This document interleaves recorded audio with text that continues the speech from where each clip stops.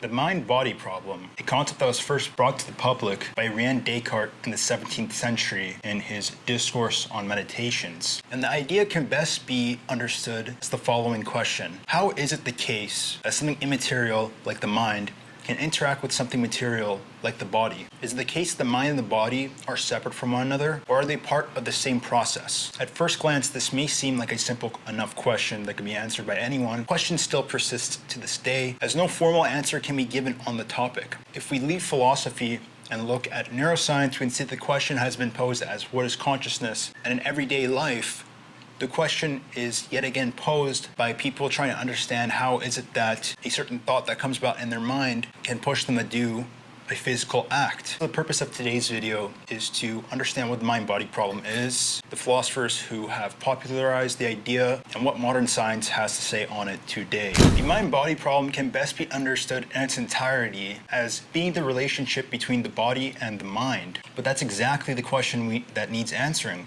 What is the relationship between the mind and the body? As was mentioned at the beginning of this video, how is it that something that's non-physical, like our minds, interacts with something physical, like our bodies? These are the types of questions that pop up when discussing the mind-body problem. Other such questions that might seem familiar are, is the mind entirely made up of neurons and synapses, or is there something non-material about it? Is there something unique to, say, consciousness that's not unique to just our flesh? And when we understand the problem from this point of view, we can see that it's not an entirely philosophical problem, but a problem that I'd say the majority of people deal with on a daily basis. The mind-body problem can be seen as an issue for people that deal with anxiety, say, trying to understand how is it that a mental blockage can have so much power over something physical that they want to do. When a person gets anxiety over the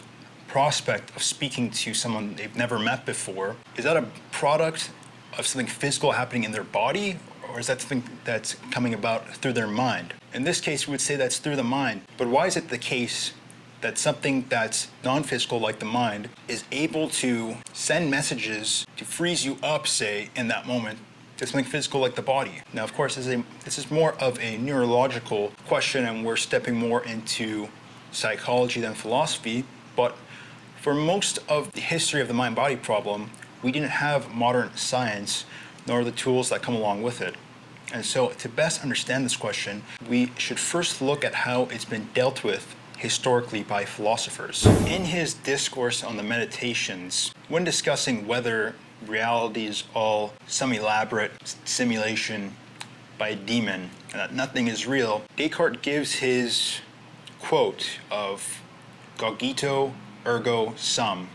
I think, therefore I am. And essentially what this means is that if nothing else can be true, then the one thing that I know has to be true is my mind. Because if everything else is fake, then the one thing that can't be fake is the thing that is perceiving everything else. So even if, say, what we're looking at right now is just a veil over our faces, and that there's some true reality behind the scenes that we can't see, the one thing that has to be real is the thing that is there to view the entire experience that's happening in its whole. And so once Descartes gave his account that yes, the mind is real, we then go on to understand what's now known as Cartesian dualism, or just dualism. And what dualism entails is that the mind is in fact a separate entity from the brain and from the body, or what's called in philosophy, the mind is a substance separate from the physical brain. And not to get too far down into what a substance is in philosophy, a quick breakdown of it is that the mind is its own separate, say, property that's independent from any outside factors such as the brain or the body. And so what this means for Descartes and dualism is that the mind exists independently from the body. And so, for instance, the mind might persist after the physical flesh has deteriorated and might go to wherever that entails. But also it means that the mind is separate from the body in the way that they coexist with one another. And so the mind and the body are able to interact with one another and exist, though they're both separate properties that exists outside from one another. But this isn't the only view on hand for the interaction between the mind and the body. Another such view is a purely physical point of view that says, yes, the mind is entirely physical and the mind is entirely dependent on the brain. The mind only comes about through naturalistic processes of synapses and neurons, and that when we cease to exist, the mind will cease to exist. Another point of view is given by Spinoza, which is a monastic or a monism point of view.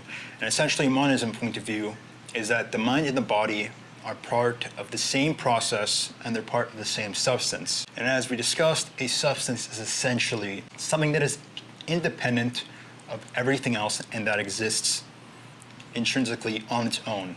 And so for Spinoza and monism, the mind and the body are just properties of the one substance, and in Spinoza's case, that would be God. With the advent of modern science, we now have better ways to understand the mind-body problem that previous thinkers did not have access to.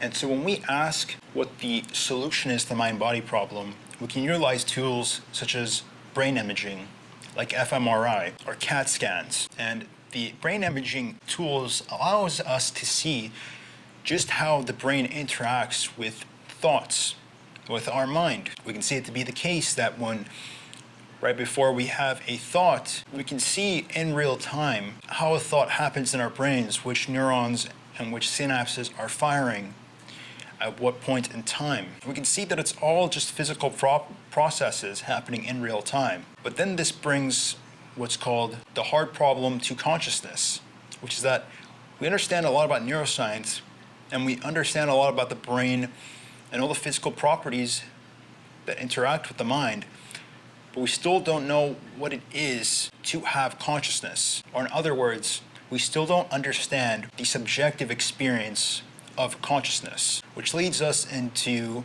AI and how we're trying to revolutionize AI to bring about general artificial intelligence.